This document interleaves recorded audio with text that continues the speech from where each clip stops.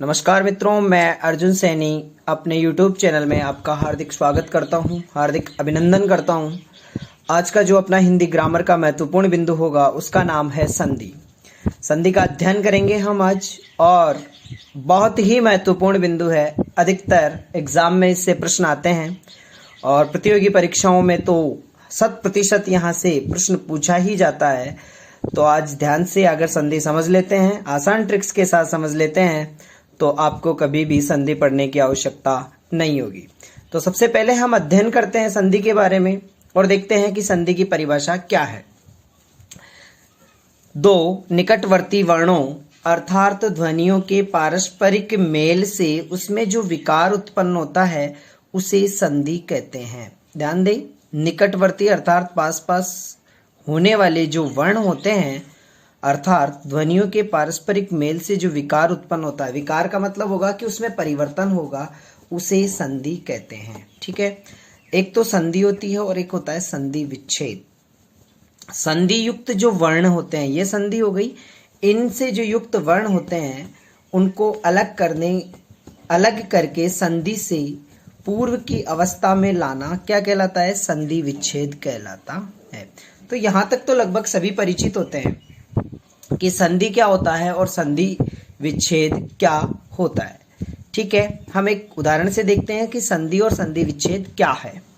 देखो, मैंने एक शब्द लिखा यहाँ एक एक, ये तो है संधि शब्द और ये है संधि विच्छेद। ठीक है, ये तो हो गया एक वर्ण, ये हो गया दूसरा वर्ण, दोनों का परस्पर मेल हो गया और उसमें विकार उत्पन्न हो गया, परिवर्तन होकर एक नया शब्द बन गया, ये हो गई संधि। क्लियर?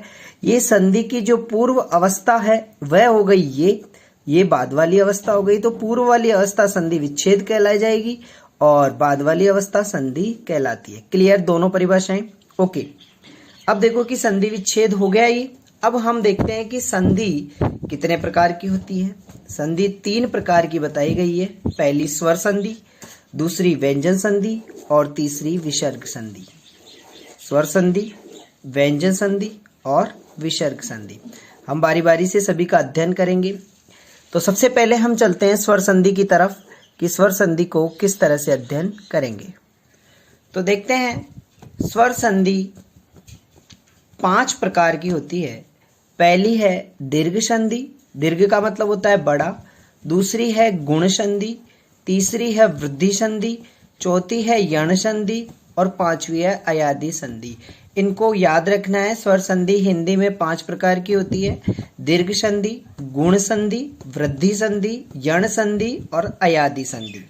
बात करते हैं हम दीर्घ संधि की बात करते हैं। दीर्घ संधि का मतलब होता है बड़ा होना। बड़ा किस तरह से होगा? छोटा मिलेगा तभी तो बड़ा होगा, या बड़े बड़े मिलकर ही बड़े हो जाएंगे। तो हम देखते हैं इसकी परिभाषा आसान भाषा में समझें। ये बड़ी मुश्किल से बनाई गई है, तो आप देखें कि किस तरह से। देखिए कि दीर्घ का मतलब हो गया बड़ा। तो दीर्घ संधि का हम फॉर्मूला देखते हैं। अगर छोटे ए, या पहले तो आसान भाषा में समझें, ए या आ के बाद यदि ए और आ आए तो किस में बदल जाता है? बड़े आ में बदल जाता है। अब देखो इसको सीधा सीधा समझते हैं हम कि छोटा ए के बाद अगर छोटा ए आए तो वह किस में बदल जाएगा? बड़े आ में बदल जाएगा। इसी तरह छोटे ए के बाद बड़ा आ आए तो वह किस में बदल जाएगा? बड़े आ में बदल जाएगा। आ के बाद अगर ए आए तो वह आ में बदल जाएगा, या आ के बाद भी आ आए तो भी किस में बदल जाएगा? आ। तो ए या आ के बाद अगर ए या आ आए तो वह आ में बदल जाएगा। ई के बाद छोटी ई के बाद छोटी ई आए तो बड़ी ई में बदल जाएगी। छोटी ई के बाद बड़ी ई आए तो बड़ी ई में बदल जाएगी। और बड़ी ई के बाद छोटी ई आए तो भी बड़ी ई में बदल जाएगी। और बड़ी ई के बाद बड़ी ई आए तो भी बड़ी ई में बदल जाएगी। इसी तरह ऊ का भी सिस्टम यही है। ऊ के बाद छोटा ऊ आए तो बड़े ऊ में बदल जाएगा। छोटे ऊ के बाद बड़ा ऊ आए तो भी बड़े ऊ में बदल जाएगा। बड़े ऊ के बाद अगर छोटा ऊ आए तो भी बड़े ऊ में बदल जाएगा। और बड़े ऊ के बाद बड़ा ऊ आए तो भी बड़े ऊ में बदल जाएगा। तो ये तो हुआ हमारे संधि का रूल। दीर्घ संधि को इस तरह से पढ़ेंगे कि किसी भी परिस्थिति में ए या आ के बाद ए या आ आए तो आ में, ई और ई के बाद ई और ई आए तो बड़ी ई में, ऊ और बड़े ऊ के बाद छोटा ऊ और बड़ा ऊ आए तो भी बड़े ऊ में। अब कुछ उदाहरण हैं, उनके माध्यम से हम समझेंगे। जैसे एक उदाहरण लो, मत प्लस अनुसार, ये संधि विच्छेद शब्द है। यहाँ पे मत में क्या मिला हुआ है, ए मिला हुआ है, ठीक है। ये क्या हो गया, ए हो गया, ए और ए मिलकर क्या बनेगा, आ बनेगा, ठीक है। तो यहाँ देखें आ कैसे बनेगा, मैं तय, तय में आ बना ता, फिर ये नू मतानुसार। वेरी गुड, समझ में आ गया। तो यहाँ तक आप सभी को समझ में आ गया होगा। देखो पुस्तक प्लस आलय, दूसरा उदाहरण। तो यहाँ पे ए है, इसमें आ है, दोनों मिलकर क्या बनेंगे, आ बनेंगे, ठीक है। तो हम इससे पहले वाला शब्द लिख देते हैं पुस्तक, ठीक है, पुस्तक। तो ये दोनों मिलकर क्या बने, आ, ये आ लगा दिया, इसके लगा दिया, और लय शब्द, तो पुस्तकालय शब्द बन गया। क्लियर। इसी तरह अब देखो परीक्षा, यहाँ पे है छोटी ई और यहाँ पे है बड़ी ई, छोटी और बड़ी ई मिलकर क्या बनेगी, बड़ी ई। तो हमने देखा ये परिशब्द है। परिशब्द के आपने देखा कि बड़ी ई किस तरह से बनेगी, यहाँ पे हमें र है, ये इस र में ये ई मिलानी है, बड़ी री मिल गई, और येक्षा, परीक्षा शब्द बन गया। क्लियर। यहाँ तक किसी को कोई डाउट नहीं होना चाहिए। आगे चलते हैं, मुनीश्वर। देखें मुनि, ई छोटी ई है, तो ये छोटी को छोटी ई और बड़ी ई मिलकर क्या बन गई, बड़ी ई, तो ये मुनीश्वर बन गया। क्लियर। देखो यहाँ पे है छोटा ऊ, यहाँ पे है ऊ, दोनों मिलकर क्या बन गए, बड़े ऊ। तो ये भा न, इसमें बड़ा ऊ लगाएंगे, ये बड़ा ऊ लगा दिया, और दय, भानु दय। इसी तरह लघुर में देखो ये संधि शब्द है, इसका टुकड़ा किस तरह से करेंगे, लघु, लघु को किस तरह से लिखते हैं, इसी तरह से लिखते हैं, ध्यान रखें। लघु बड़ा ऊ प्लस इसमें क्या मिला हुआ, ऊ, ये उर्मी, लघुर्मी। देखो इसमें बड़ा ऊ छोटा ऊ मिलकर क्या बन गया, बड़ा। ये हो गई हमारी दीर्घ संधि। अब इसके उदाहरण अवश्य देखें कि कहीं पर भी आपको दीर्घ संधि का उदाहरण मिल जाता है तो इसको ध्यानपूर्वक समझे। तो ये हमारी दीर्घ संधि कंप्लीट हो गई। अगर कोई डाउट है तो इसको उदाहरणों से समझे, मैंने आपको फॉर्मूला बता दिया है। अगली संधि की तरफ हम चलते हैं जिसका नाम है गुण संधि। देखो गुण संधि की एक छोटी सी पहचान मैं आपको बता देता हूं, जिसे याद रखोगे तो कभी भी संधि में समस्या नहीं आएगी। गुण संधि में जितने भी उदाहरण है उनमें एक मात्रा आएगी। कौन सी मात्रा आएगी, ये तो एक की मात्रा है, ये ओ की मात्रा है। एक ही मात्रा आती है किसमें, गुण संधि में, और वृद्धि संधि में दो मात्राएं आती है, ये आई की मात्रा है, ये औ की मात्रा है। तो पहचान के लिए गुण का मतलब ध्यान रखें कि एक मात्रा आती है। कोई सा भी उदाहरण देखेंगे वहां एक ही मात्रा नजर आएगी। इसकी क्या पहचान है, ए और आ के बाद अगर ई और ई आए तो ए में बदल जाएगी, ठीक है। ए और आ के बाद अगर ऊ आए तो ओ में बदल जाएगा। ए और आ के बाद अगर री आए तो अर में बदल जाती है। ध्यान दें दोबारा, ए और आ के बाद अगर छोटी ई या बड़ी ई दोनों में से कुछ भी आए तो ये किस में बदल जाएंगे, ए में बदल जाएंगे। ए और आ के बाद अगर ऊ आए तो ये किस में बदल जाएंगे, ओ में बदल जाएंगे। ए और ओ के बाद अगर री आए तो ये किस में बदल जाएंगे, अर में बदल जाएंगे। ये सभी ध्यान रखें, इस चीज में कोई भूल नहीं होनी चाहिए। आगे देखते हैं, हम उदाहरण के माध्यम से समझने की कोशिश करेंगे कि जैसे एक संधि विच्छेद शब्द लिखा हुआ है उमा प्लस ईस, तो आपने देखा होगा यहाँ पर क्या है, आ है, उमा, ये आ गया, ठीक है। ये क्या है, ईश, ये वाला फॉर्मूला। आ के बाद अगर ई आए तो किस में बदलेगा, ए में बदले।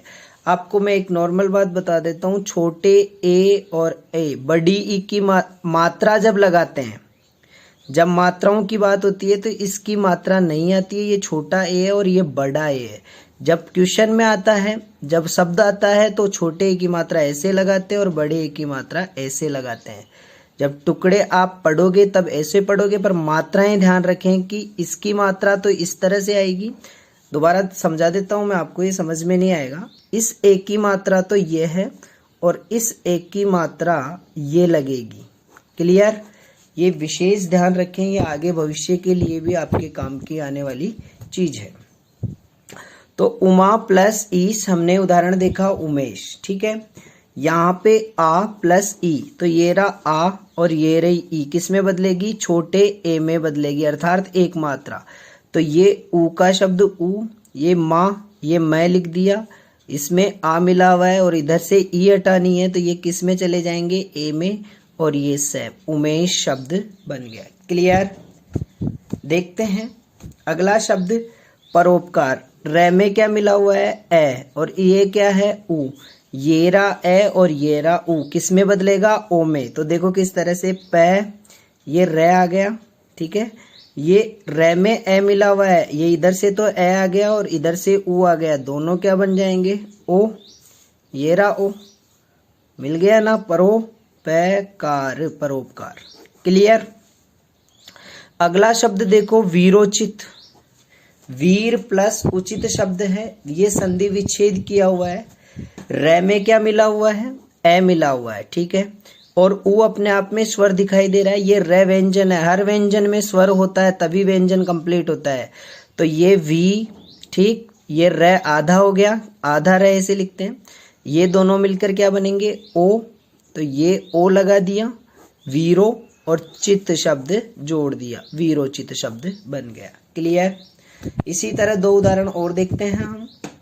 एक है जल प्लस उर्मी, ठीक है, जल प्लस उर्मी, तो ये देखो इसमें एक बड़ा ऊ और जोड़ देते हैं। जल में क्या मिला हुआ है, ए, और यहाँ पे क्या है, ऊ, आ, ये सॉरी, ए के बाद अगर ऊ आए तो किस में मिलेगा, ओ में बनेगा, तो हम इसको क्या बनाएंगे, जलोर्मी, क्या बनेगा, जलोर्मी। Very good. एक लास्ट वाला उदाहरण और हो गया री का, जो देख लेते हैं हम। ये री है, ध्यान रखें, क्या है ये, री।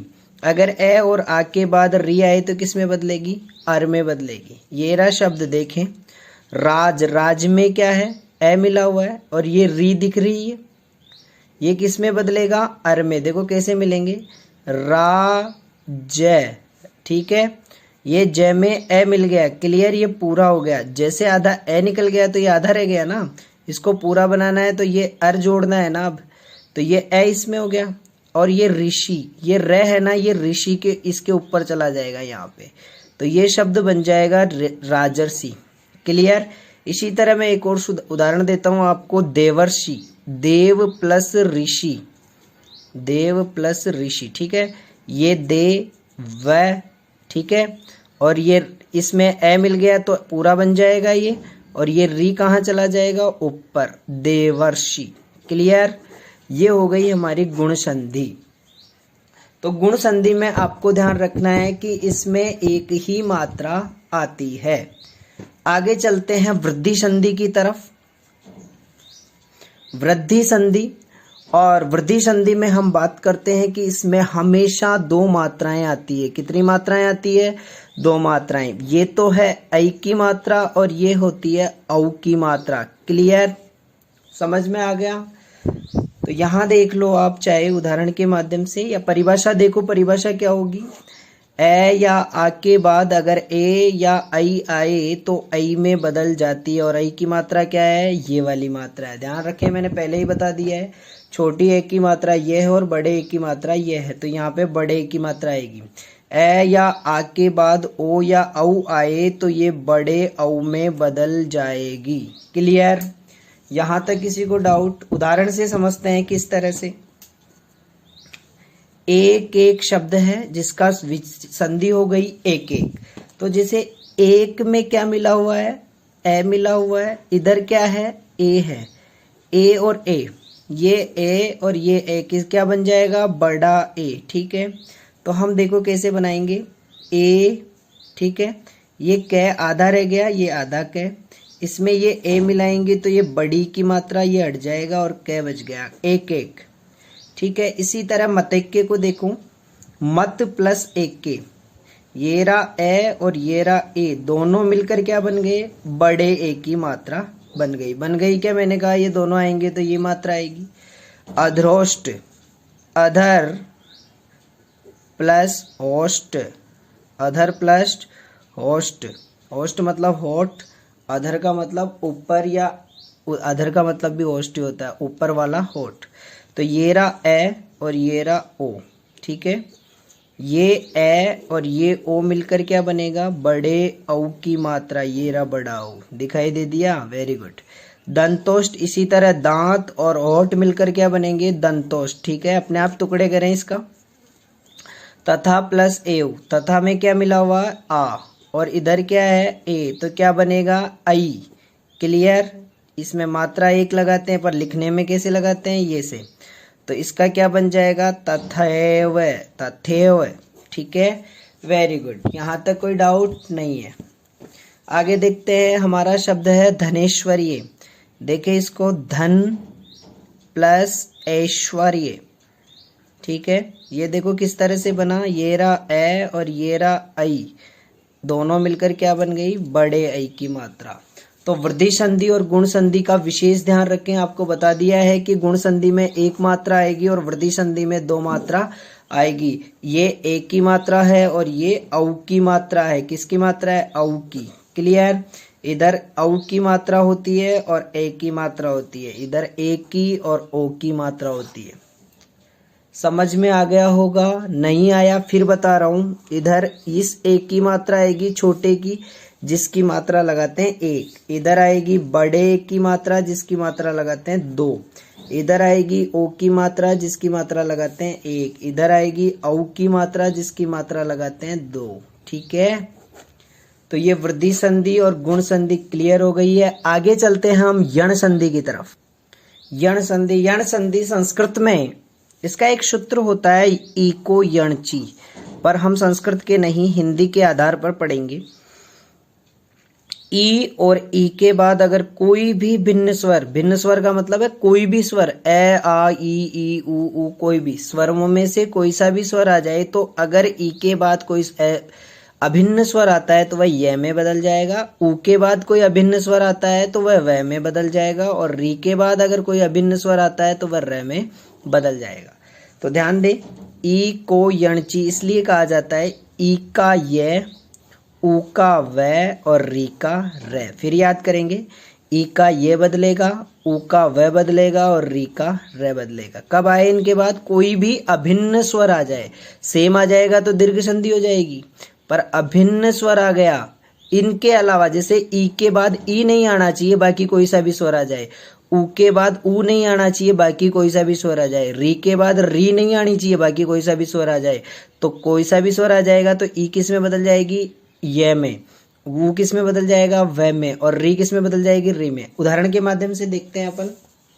सबसे पहले देखते हैं, जैसे यदि प्लस अपि, ठीक है, यदि प्लस अपि, इसका शब्द बन जाएगा यद्यपि। अब इसके टुकड़े करते हैं अपन, यहाँ पे है ई और यहाँ पे है ए, तो ये किस में बदलेंगे, ए ई और ये ई का ये, ठीक है। देखो कैसे, इसके ये या इधर से अगर ई निकल जाती है तो द आधा रह जाता है, ये आधा द, और ये तो ए आ गया, तो ये किस में बदलेगा, ये में, ये लिख दिया, दोनों क्या हो गए आधे, और ये पी, यद्यपि हो गया, ठीक है।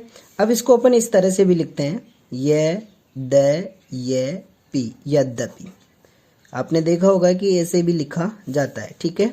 दूसरे उदाहरण से समझें, अति प्लस आचार, ई के बाद क्या है, आ है, तो इसके ई किस में बदलेगा, ये में बदलेगा। कैसे, ए त आधा, अब किस में बदलेगा, ये रहा ये, और ये में क्या मिलेगा, आ, अत्याचार, ठीक है, क्लियर। इसी तरह देखिए प्रति, ई प्लस उ, तो उ आने के बाद किस में बदलेगा, व में। देखो किस तरह से, प्र, ये ई निकल गया तो ये आधा रह गया, अब किस में बदलना है अपने को, ई और यू, ये व में। किस में बदलना है, ई का ये, सॉरी, ई के बाद अगर उ आ रहा है तो वह ये में ही बदलेगा, तो ये लगा दिया, क्लियर। इसमें क्या मिलेगा, ये, ठीक है, इसमें उ मिलने पर ये पूरा हो गया प्रत्युपकार, प्रत्युपकार, क्लियर। इसी तरह देखो न्यून शब्द है, ये नी में क्या है, छोटी ई और बड़ा उ, क्या बनेगा, ये बनेगा, ठीक है। जैसे ये अगर नी न में से ई निकल गई तो न आधा रह गया, क्लियर। ये किस में बदल जाएंगे, ये में, ठीक है, और इसमें बड़ा ऊ है, ये बड़ा ऊ लगा दिया और ये न न्यून। समझ में आ गया होगा? Very good. ये होती है यण संधि। ठीक है, अब देखो ई के बाद क्या आ रहा है? आ रहा है। क्या आ रहा है? आ। तो देखो क्या बनेगा?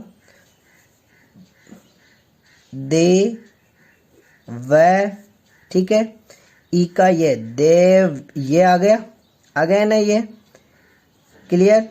देव्यालय, देव्यालय। Very good. तो ये आपको समझ में आ गया होगा? क्लियर? देव्यालय बना या नहीं बना? बन गया। Very good. ई का ये, ओके। आगे देखते हैं हम स्वागत। देखो स के बाद क्या है? ऊ है। ऊ के बाद असमान स्वर आ रहा है, तो ये सु है, ये आधा रह गया। क्लियर? ऊ निकल गया तो ये सही रह गया ना। अब यहाँ पर तो ऊ है और यहाँ पे आ है, ये क्या बनेगा? वह बनेगा। ये वह बन गया और ये आ है, ये यहाँ से आ गया स्वागत। क्लियर? इसी तरह पितृोपदेश देखें, पी का पी रह जाएगा, री के बाद ऊ है, री के बाद ऊ है तो रे में बनेगा, तो ये रहा ये आधा तय। ठीक है, ये आधा तय मान लो, इसमें री मिलेगी, ये री, ये रे बनेगा ना, ये रे लगा दिया मैंने यहाँ, और ये ऊ है, ये ऊ लगा दिया। पितृोपदेश क्या बन जाएगा? पितृोपदेश। इसी तरह इसी का एक और उदाहरण देखें जो ध्यान से समझें। पितृइच्छा है, देखो यहाँ पे पितृइच्छा शब्द आ गया, तो इसके टुकड़े कैसे करेंगे? पितृ, या ऐसे कर दो पितृ प्लस इच्छा, पितृइच्छा। कैसे? अब इसका विच्छेद तो हो गया टुकड़े, अब इसका संधि करते हैं। ये रहा री, और री के बाद क्या आ रहा है? ई, तो ये बनेगा अर। कैसे बनेगा? देखो रे बनेगा, सॉरी अर नहीं रे। ये लगा दिया हमने पी, ये आ गया तय। ठीक है, इसमें ये रे लगा दिया पे, ये ई की मात्रा छोटी ई, पितृइच्छा, ये हो गई पितृइच्छा। वेरी गुड, समझ में आ गया होगा? आगे चलते हैं अनुमति में, अनु प्लस इति। देखो इसको ध्यान से समझें, यहाँ पे है उ और यहाँ पे ई। उ का किस में बदलेगा? व में बदलेगा। ठीक है, उ व में बदलेगा। तो हम देखो ए, ठीक, ये न आधा रह गया। ठीक है, अब किस में बदलेगा? व में, व। ठीक है, अन, ये ई है, यहाँ पे छोटी ई है, ये छोटी ई लगा दी, छोटी ई, अन्विति। क्या शब्द बन जाएगा? अन्विति। Very good. इसी तरह वधु आगमन है, ये देखो यहाँ पे बड़ा ऊ है प्लस आ है, तो ये किस में बदलेगा? व में बदलेगा। ऊ का किस में बदलता है? व में। देखें व ध आधा। क्लियर? इसमें क्या अब क्या बनेगा? ये व बनेगा ना, ये व बन गया ना, ये व लगा दिया। इसमें क्या मिलाया? आ, ये आ गया वध्वागमन। क्या बन जाएगा? वध्वागमन। क्लियर? यण संधि में याद रखें सिर्फ ई का य, ऊ का व और री का रे में परिवर्तन होता है, यहीं पर यण संधि समाप्त होती है। एक अंतिम संधि है जिसका नाम है हमारे सामने स्वर संधि में अंतिम संधि है, उसका नाम है अयादि संधि। अयादि संधि में आप देखें कि एचो ए वायावह संस्कृत का सूत्र है, पर हिंदी में किस तरह से समझेंगे? ए के बाद अगर कोई दूसरा शब्द आ जाए तो वह आय में बदल जाएगा, ए के बाद अगर कोई दूसरा शब्द आ जाए तो वह आय में बदल जाएगा, ओ के बाद कोई दूसरा शब्द आ जाए तो वह औ में बदल जाएगा, और औ के बाद अगर कोई दूसरा शब्द आ जाए तो वह आव में बदल जाएगा। देखें, छोटे ए बदल रहा है आय में, बड़ा ए बदल रहा है आय में, और ओ बदल रहा है औ में, और औ बदल रहा है आओ में। बस इतना सा ध्यान रखें, वहीं पर अयादि संधि कंप्लीट। देखो कैसे, दो उदाहरण देखते हैं, चारों के दो दो। नयन, ठीक है, यहाँ पे आप बोलोगे तो यहाँ अय शब्द दिख रहा है, ये रहा है, ये बोलोगे तो भी अय शब्द दिख रहा है, ये रहा है। तो इसके टुकड़े करते हैं, देखो कैसे। इसकी मात्रा कौन सी होती है? एक मात्रा होती है, मैंने बताया था अभी थोड़ी देर पहले, और इसकी दो मात्राएं होती है, इसकी ये मात्रा होगी और इसकी ये मात्रा होती है। तो ये न के अपन ने मात्रा लगाई ये, और ये अन, नयन। ठीक है, इसी तरह से के ये मात्रा लगाई और ये से क्या निकल जाएगा? अन, सयन। क्लियर? इसी तरह आप देखो, आप यहाँ पे आपको अय दिख रहा था, यहाँ पे क्या दिखेगा? अब आय दिखेगा, ये रहा आय दिख रहा है क्या? ये रहा आय। क्लियर। इसमें कौन सी मात्रा लगानी है, 2 मात्राएं लगानी है, ध्यान रखें। ये रहा न और इसके 2 मात्राएं लगाई और लास्ट में क्या निकल रहा है, अक। क्या निकल रहा है, अक। ये क्या बन जाएगा, नायक।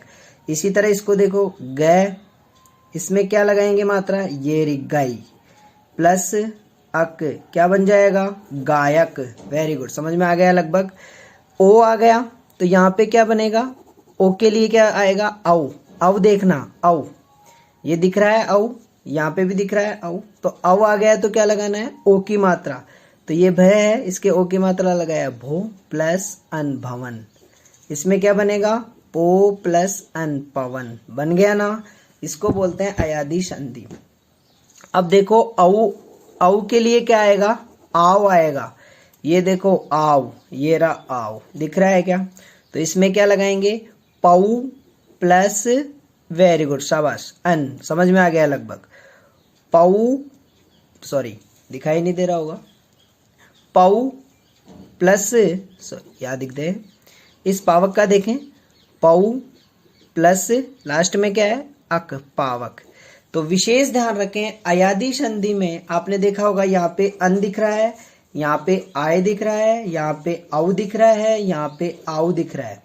तो अय के लिए ये मात्रा लग जाएगी सामने, आय के लिए ये वाली मात्रा लग जाएगी, औ के लिए ये मात्रा लग जाएगी और आउ के लिए ये मात्रा लग जाएगी। तो यहाँ पर हमारी स्वर संधि के जो 5 प्रकार है वह समझ में आ गए होंगे। लगभग संधि इसके बाहर नहीं है। अगर आपको नियम समझ में आ गए हैं तो स्वर संधि में कभी मात नहीं खाओगे।